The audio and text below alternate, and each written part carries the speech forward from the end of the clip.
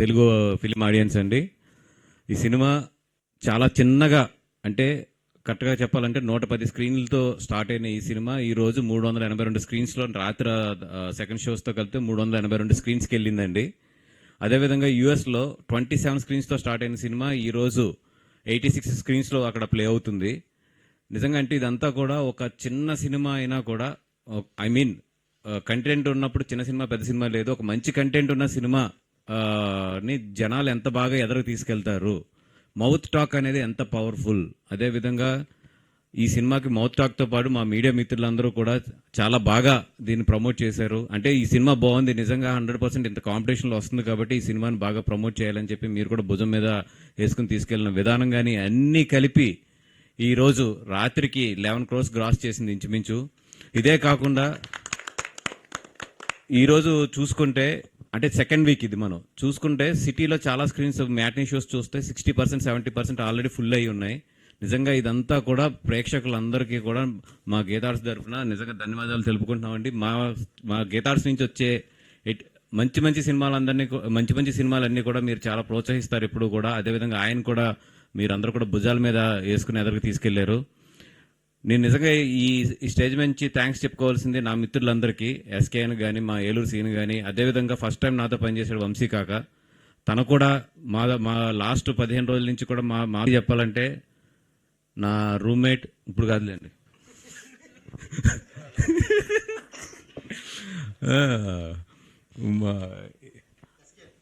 మా mic star SKN అయిపోయింది. మా మైక్ స్టార్ ఎస్కేఎన్ వాడు లాస్ట్ 15 రోజుల నుంచి కూడా మొత్తం ఎక్కడ వదలకుండా ఈ సినిమాని, నేను ఎంత కాపీ పనుల్లో ఇట్లో ఉన్నా కూడా డైరెక్టర్ గారు నేనుని మొత్తం తన భుజాల మీద వేసుకుని మన ఏలూరు సీన్తో అందరితో కలిపి ఎదరికి తీసుకెళ్ళాడు. నిజంగా మా టీం తరపున అందరి తరపు నుంచి కూడా వాడికి థ్యాంక్స్ చెప్పాలి. ఎందుకంటే తన సినిమాని తను ప్రమోట్ చేసుకుంటాడు, లేదంటే కనుక బాగా ఒక స్టేజ్ మీదకి వెళ్తే బాగా మాట్లాడతాడు. ఈ అన్నిటితో పాటు వాడికి ఎప్పుడు కూడా నేనంటే ఒక పర్సనల్ ఎమోషన్ ఉంటుంది. ఈరోజు మార్నింగ్ కూడా పాపం ఎక్కడ టైం మిస్ అయితే 9:30కి వచ్చి కూర్చుని నా మీద ఎంత అలిగినా ఏం చేసినా కూడా ఓపిక్గా కూర్చున్నాడు. థ్యాంక్ యూ రా ఫర్, థ్యాంక్స్ చెప్పకూడదు బట్ ఓకే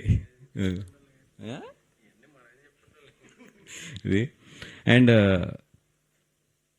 ఇంకొక 1 week ఈ మీడియా మిత్రులందరూ కూడా నాకు ఈ సినిమాకి ఎట్లా సపోర్ట్ చేస్తే 2 బెనిఫిట్స్ అండి. ఒకటి ఏంటంటే నా ఫైనాన్షియల్ బెనిఫిట్ ఇవన్నీ పక్కన పెడితే, చిన్న సినిమా ఒక మంచి కథతో ఒక సినిమా తీద్దాము అనుకున్న వాళ్ళందరికీ కూడా ఈ సినిమా చాలా ఇన్స్పిరేషన్ ఇస్తుంది. ఇది కానీ మొన్న ఆడిన కమిటీ కుర్రోలు కానీ ఎన్నిటి వల్ల ఏంటంటే మళ్ళీ ఎక్కడో చిన్న హోప్ కోల్పోతున్న కంటెంట్ ఉన్న థియేటర్లకు జనాలు వస్తారా రారా అనే హోప్ కోల్పోతున్న జనాలందరికీ కూడా చాలా మంచి ఇదైతే ఇది ఇచ్చింది. నిజంగా దానికన్నా ఈ 2 సినిమాలు బాగా ఆడాలని చెప్పి నేను కోరుకుంటున్నాను.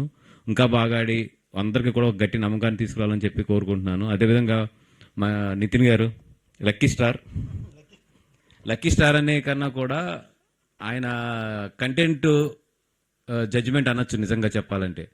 ఎందుకంటే ఇప్పుడే చెప్తున్నారు, వాళ్ళ ఫాదర్ రోజుకి 2 సినిమాలు చూస్తారండి. మీకు వాళ్ళ ఫాదర్ రోజుకి 2 సినిమాలు చూడకుండా నిద్రపోరు. అంటే 100% ఆయన అంత సినిమా నాలెడ్జ్ ఉందంటే డెఫినెట్గా వాళ్ళ ఇంట్లో ఉన్న జనాలందరికీ కూడా సినిమాల మీద చాలా గట్టి గ్రిప్ నాలెడ్జ్ ఉంటుంది.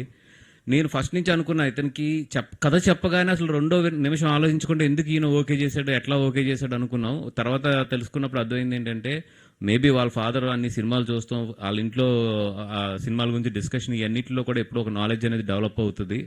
ఐ థింక్ మీ అదృష్టంలో మీ నాన్నగారిది పెద్ద పాత్ర అయి ఉండొచ్చు వచ్చండి. అండ్ ఒక సినిమాని ఎంచుకునే విధానం కానీ, ఉత్తినే రావు బ్యాక్ టు బ్యాక్ హిట్స్ అని ఎప్పుడు కూడా, ఒక సినిమాని ఎంచుకునే విధానం కానీ, అపార్ట్ ఫ్రమ్ ఎవ్రీథింగ్ సినిమా బాగుందా లేదని చూసుకోవడం కానీ, ఎన్నిటిలోని కూడా ఆల్రెడీ నితిన్ నాకు తెలిసి ఒక 10-15 మెట్లు ఆల్రెడీ ఎక్కేశాడు.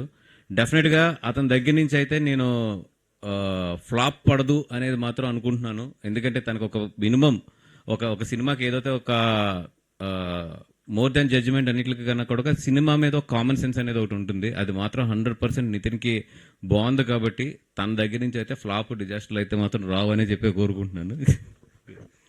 Thank you. అదేవిధంగా మా డిఓపి చాలా హింస పెట్టాను. మామూలు హింస కాదు పాపం. నాకు బడ్జెట్ అవ్వకూడదు, అట్ ది సేమ్ టైం ఎండ్లో షూట్ చేయకూడదు. ఎట్లా సార్ వ్యాపారం జరగకూడదు, పిల్లడు పెట్టాలన్నట్టు.